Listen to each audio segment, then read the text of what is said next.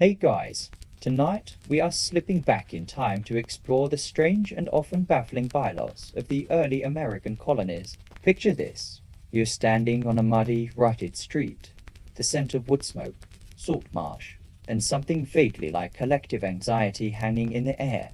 The houses are sturdy, timber-framed things, leaning into each other for support. Everyone is dressed in shades of brown, black, and grey. A man in a tall, buckled hat gives you a long, unblinking stare because your smile is, perhaps, a little too wide for a weekday.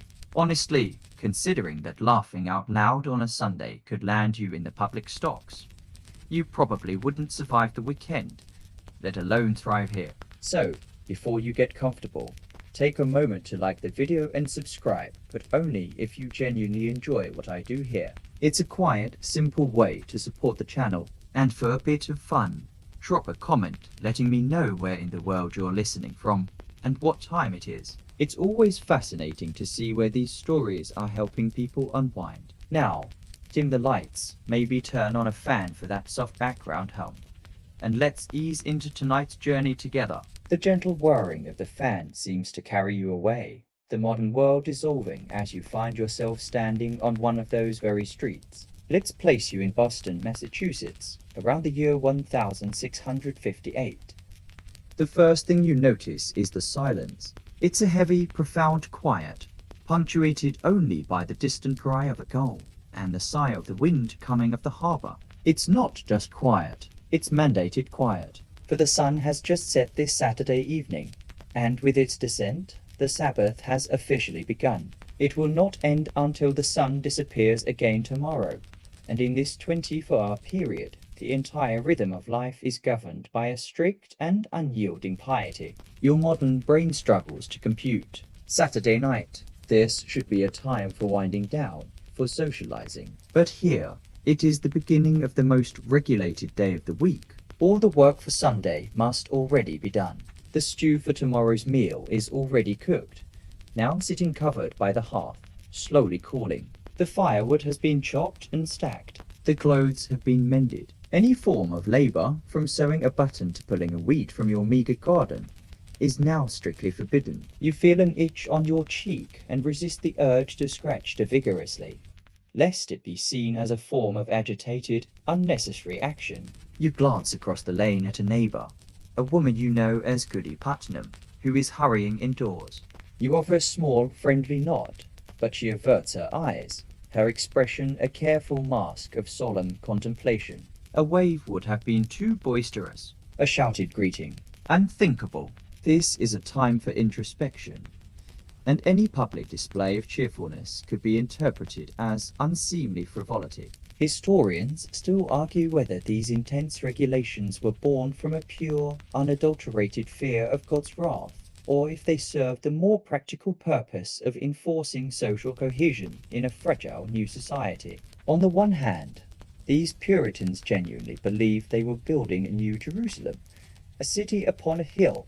As their governor John Winthrop famously declared, they believed the eyes of the world and of God were upon them, and any deviation from holy law could bring ruin upon the entire colony. On the other hand, in a settlement clinging to the edge of a vast, unknown continent, unity was survival. Enforcing a collective, unbending routine was a powerful way to eliminate dissent and forge a singular identity. And so, the laws were not merely suggestions, they were enforced with vigor.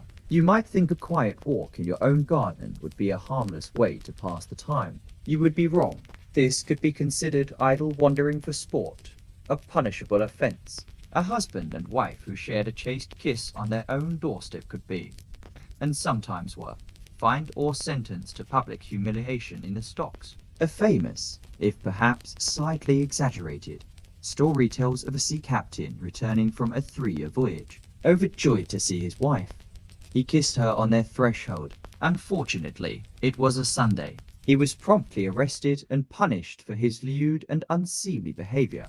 It's the 17th century equivalent of getting a ticket for jaywalking across the path to righteousness. To ensure compliance, each neighborhood had a designated enforcer, a man known as the tithing man. This was your local, divinely sanctioned hall monitor. He patrolled the town during services, checking homes to make sure no one was secretly working, and he walked the aisles of the meeting house during the long sermons. He carried a staff, a tool of his trade. One end was often tipped with brass or a knob of wood, used to deliver a sharp rap to the head of any man who had the audacity to fall asleep during the minister's lengthy exposition on damnation.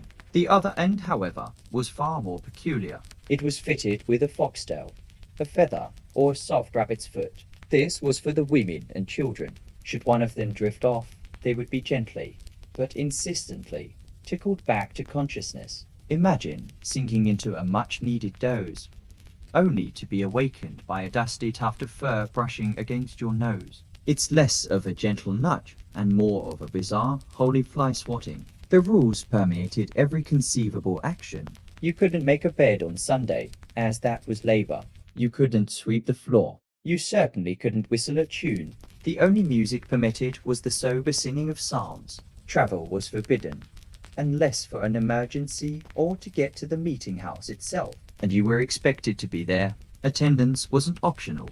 Missing a service without a legitimate, PI-approved excuse would earn you a fine. Your entire day, from sunset to sunset, was a state-enforced spiritual marathon of sitting, thinking holy thoughts, and trying desperately not to yawn.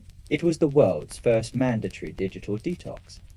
Except the only thing you were detoxing from was the concept of fun itself. And as you stand there in the deepening twilight, the silence of Puritan Boston presses in, a heavy blanket of prescribed devotion that you will have to wear for the next 24 hours.